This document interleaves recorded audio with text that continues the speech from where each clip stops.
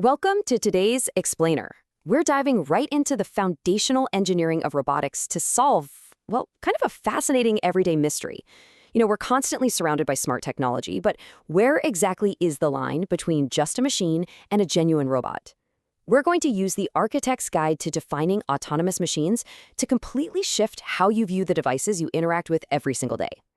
So let's kick things off with a slightly amusing question. Is that toaster sitting on your kitchen counter actually a robot in disguise? I know, it sounds like a joke, but it's actually the perfect starting point. Think about it. You press a lever, heat is applied, a timer ticks down, and your breakfast pops up. But does that specific sequence make it a robot? Well, by the end of this explainer, you're going to have an architect-level framework to answer exactly that. Okay, let's dive into this. Our first section is titled, Meet Your New Best Friend, Establishing the Baseline. To actually answer our toaster question, we first need to establish what we even mean when we say the word robot. At its most foundational level, a robot is simply a machine engineered to imitate the actions or behaviors of living creatures. Think of a family pet, or maybe even an advanced moving Lego set. A pet navigates a room, it avoids walls, and it responds to you.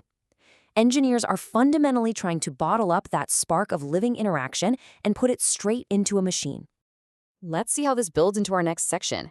Toaster versus the Roomba, the great household showdown.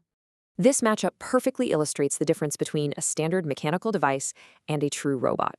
Take our toaster, for example. It performs a single, fixed task. You push the lever, it heats. That's the whole shebang. It doesn't know what kind of bread is inside, and it definitely doesn't know if your kitchen is suddenly on fire.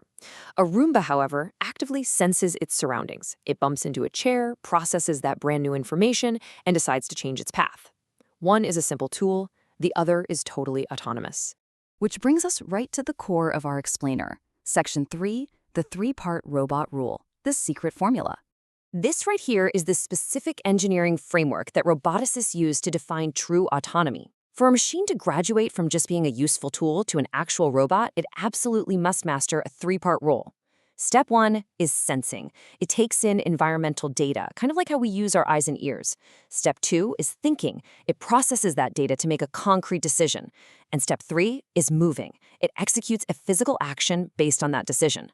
Sense, think, move. Missing even one of those steps? Yeah, not a robot. Now let's make this a little interactive. Section 4, play. Is it a robot? The ultimate test. Let's apply our new secret formula to a few familiar candidates. Take a toy bear. It might move if you pull a string, but it definitely doesn't sense its environment or process any information, right? So, fail. How about a washing machine? Well, it moves and processes a timer, but it isn't actively sensing and adapting to its environment. Fail again. A standard car? It moves, sure, but you are the one doing all the sensing and thinking. But what about the Mars rover? It uses cameras to literally sense the Martian terrain, its computers process that data to figure out a safe path, and its wheels physically move it forward. It checks every single box. It is a textbook autonomous machine. Let's wrap up our framework with our final section, defining autonomous machines and why it matters. So, why do we need to define these terms so strictly? Well, because it really empowers us to accurately categorize all this rapidly advancing tech that's just filling up our homes and workplaces. Just remember the core takeaways. Robots mimic living creatures, simple tools performed fixed tasks, and true autonomous machines absolutely must sense, process, and move. You aren't just looking at appliances anymore, you are essentially looking at the world through the eyes of an engineer. I want to leave you with one final, kind of provocative thought here. Armed with this three-part rule, I challenge you to just look around your home today.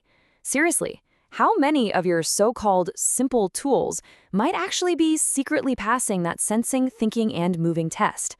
You honestly might be surprised to find out just how many robots you're already living with. Thanks so much for joining me for this explainer. Keep observing, keep questioning, and definitely keep learning.